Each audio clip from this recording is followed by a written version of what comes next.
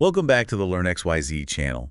You know we love to dig deep into some of history's biggest mysteries, and today we're taking on one that's both recent and really baffling. I'm excited to get into this one. The disappearance of Malaysia Airlines Flight 370. It's been over a decade since that Boeing 777 just vanished en route from Kuala Lumpur to Beijing. It's crazy, right? With all the technology we have today, you'd think something like this would be impossible. Right. It just boggles the mind. And it all started on March 8th, 2014. 239 people on board, and then poof, nothing. Silent. It's like the world just stopped and waited for an explanation. And Yeah. we're still waiting. We never really got one. The initial confusion, the conflicting reports, then they shift the search area from the South China Sea to the Indian Ocean based on like a sliver of satellite data. Okay, so let's lay the groundwork here. What do we actually know for sure? Like, what are the undisputed facts about MH370's disappearance? Well, the last communication from the plane was, "Good night, Malaysian 370," from the co-pilot. After that, it's like someone just hit a kill switch. The transponders, the things that let radar see the plane, gone dark. The ACARS, the system that sends data about the plane's performance, deliberately switched off. And then military radar actually caught MH370 turning back over the Malay Peninsula, totally off course. So, someone wanted it to disappear. But why go through all the trouble of turning off the tracking systems only to just keep flying?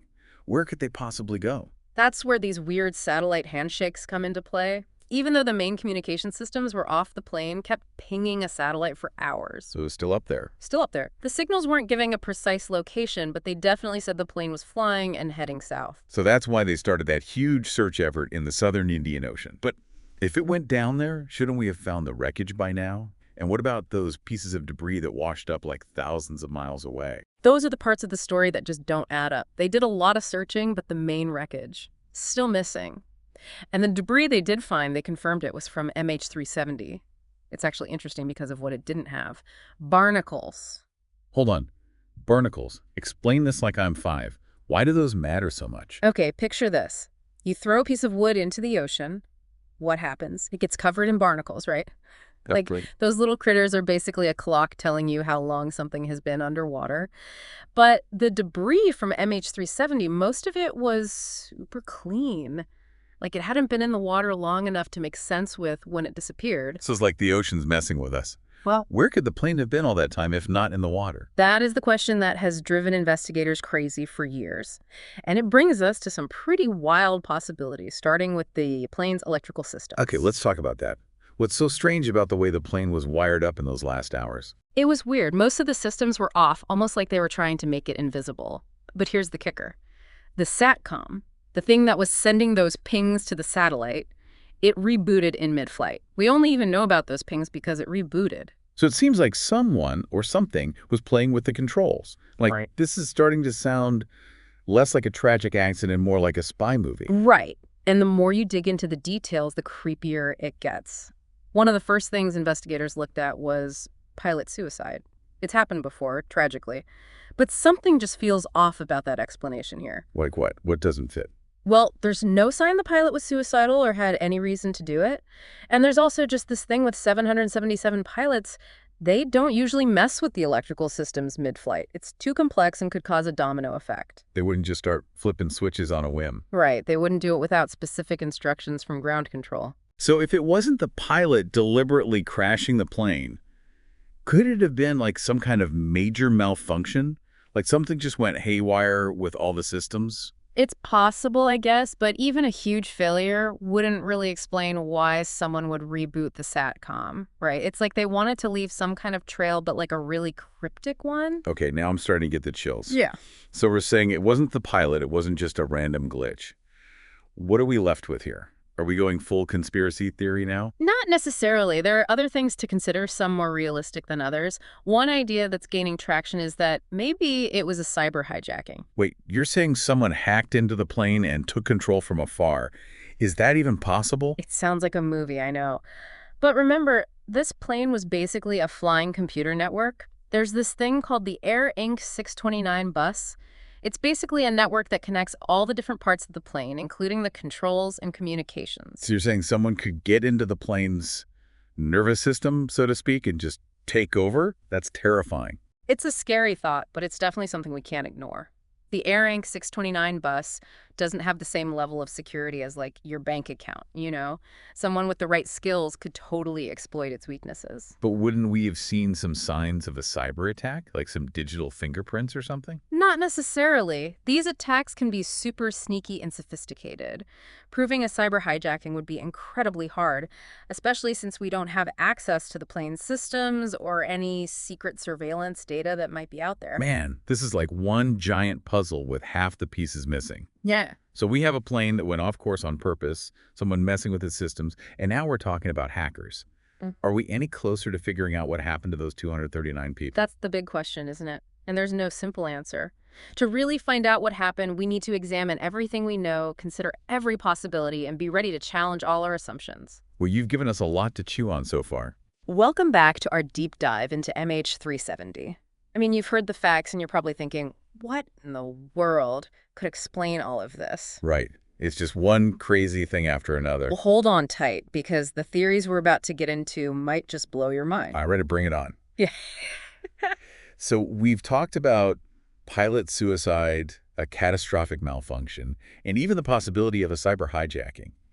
What else is out there? Like, can it get any weirder than this? Let's talk passengers. Remember those two people traveling on stolen passports? Oh, yeah, that was all over the news at the time. Right. Everyone was thinking terrorism. It definitely fueled the fire. I remember that, yeah. Did they ever actually find any link to terrorist groups? It was a huge concern at first, but after all the investigations, nothing solid ever connected them to terrorism.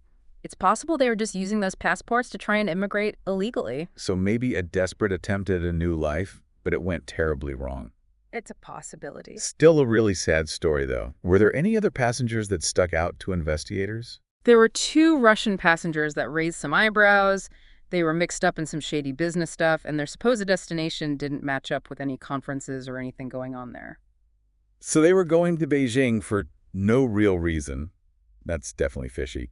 Could they have been involved in something that led to the plane disappearing? I mean, it's possible, but we're getting into some pretty murky territory here. Yeah, no kidding.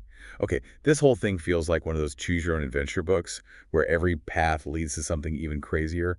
What about that controlled ditching theory I've heard about? Is there any chance that's actually what happened? It's a really interesting one. The theory basically says that the pilot, for some unknown reason, landed the plane on the water in some remote place. But wouldn't that be incredibly dangerous? Like landing a jumbo jet in the ocean. And wouldn't there be some kind of trace? A debris field or distress signals? Oh, yeah, it would be risky, no question, but not impossible for a skilled pilot. And about the evidence, a controlled ditching might not leave the same kind of wreckage as a regular crash. So maybe the plane sank intact. Exactly, which would make it way harder to find. So the plane could be sitting on the ocean floor like a lost city waiting to be found. It's possible. But why? Why would a pilot do that? That's the million-dollar question. Some people have said maybe personal problems, a mental break, maybe even trying to disappear and start a new life. But until we find something concrete, it's all just speculation. I'm starting to feel like we're in an episode of Lost here. Missing plane, remote island, a hidden motive. But let's back up a bit and talk about those search efforts. We know they've tried to find the wreckage multiple times, but they've come up empty every time. What makes searching for a plane in the ocean so difficult? Imagine trying to find a needle in a haystack the size of a continent that's constantly moving. The ocean is massive, and it doesn't give up its secrets easily. I can imagine.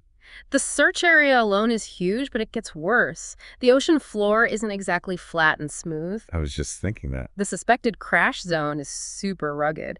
Deep trenches, underwater mountains, even active volcanoes. So yeah, it's basically impossible for sonar to get a clear picture, like reading Braille with oven mitts on. So it's a combination of a giant search area, difficult terrain, and limited technology. It's one of the most difficult searches in history, for sure.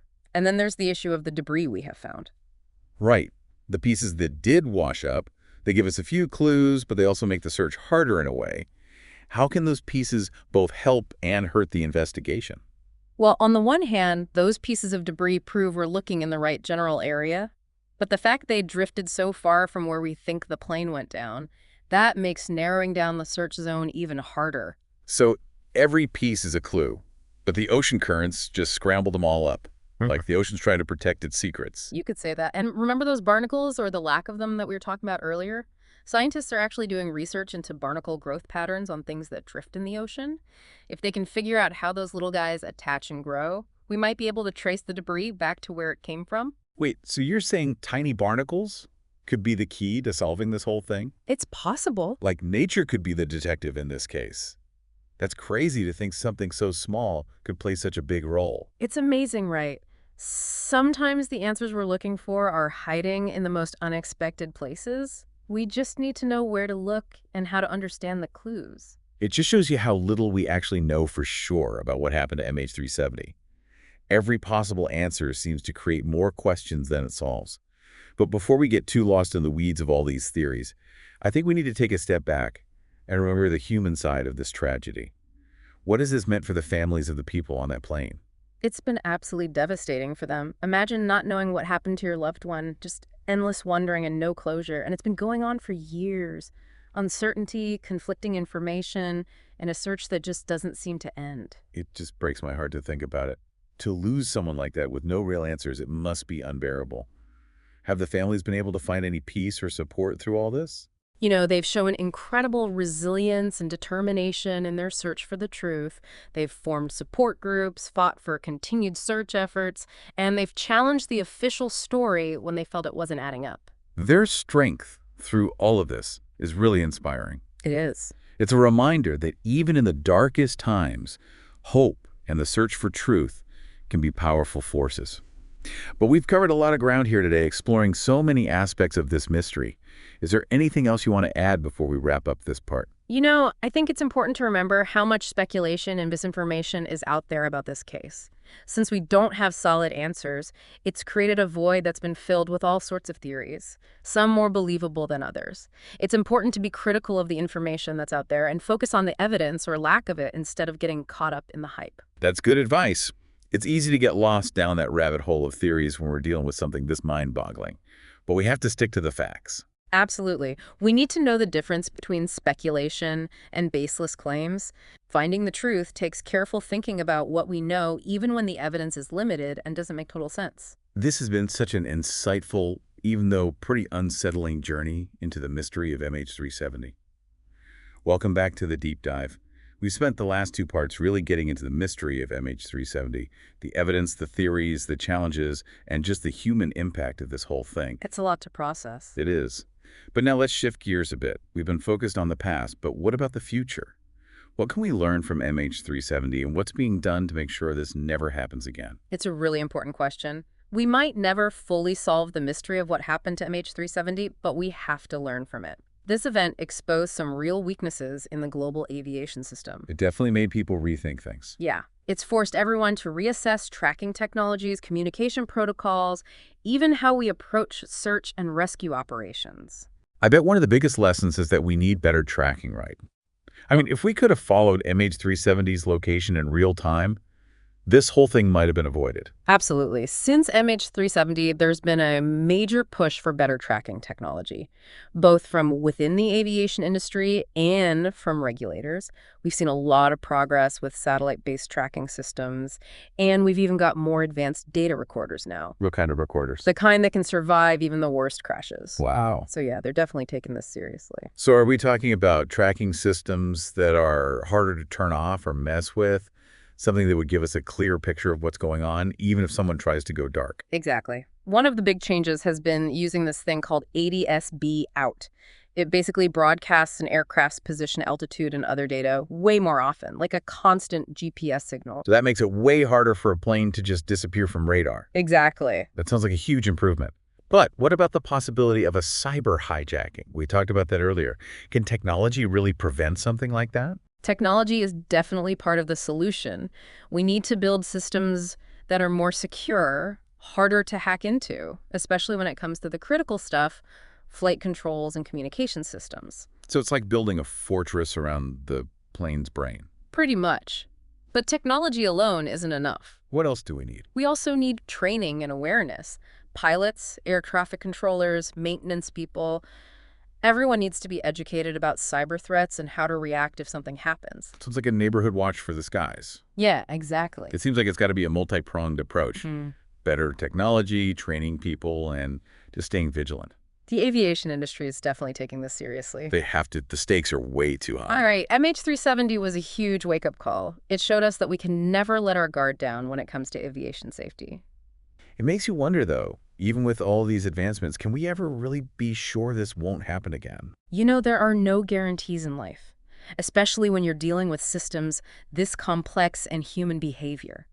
But if we keep improving the technology, keep learning, and promote a culture of safety, we can definitely reduce the risks. So it's all about minimizing the unknowns, closing those gaps in our knowledge and defenses. Exactly. That makes me feel a little better. Remember, millions of people fly safely every single day. MH370 was a horrible tragedy, but it's pushed everyone to make sure it doesn't happen again. It's like that saying, every crisis is an opportunity. This horrible event has actually led to some positive changes that will hopefully make flying safer for everyone in the future. That's a great way to look at it. MH370 might always be a mystery, but it's left a legacy of increased safety and vigilance in the skies. This deep dive has been fascinating and unsettling at the same time. We've really gotten into the technical side, the human side, and what it all means for aviation safety. From the known facts to all the different theories, the challenges of the search, and what we can learn from it all. Yeah, we've covered a lot. And even though we may never know exactly what happened to that flight, it is reassuring to know that people are working hard to prevent something like this from ever happening again. Absolutely. It's a story that just grabs your attention, you know. Yeah. It shows you how powerful a good mystery can be and how much humans need to understand things, even when they seem impossible to explain. It really is. It makes you think. It does. Well, it's been great having you on the show to talk about all of this. And for everyone listening, we encourage you to keep learning about this topic and stay informed about what's being done to make aviation safer and prevent tragedies like this from happening again. Keep learning, for sure. Knowledge is power. Right. The more we understand the risks and the challenges, the better equipped we are to face them. And who knows? Maybe one day we'll finally learn the truth about MH370. Maybe someday. Thanks for joining us on this journey. If you're interested in more deep dives on all sorts of interesting topics, visit us at LearnXYZ-In. Until next time, keep exploring, keep learning, and keep asking questions. And what if the truth about MH370 is far stranger than we ever imagined? That's the question that's going to keep people thinking for years to come. Thanks for listening, everyone.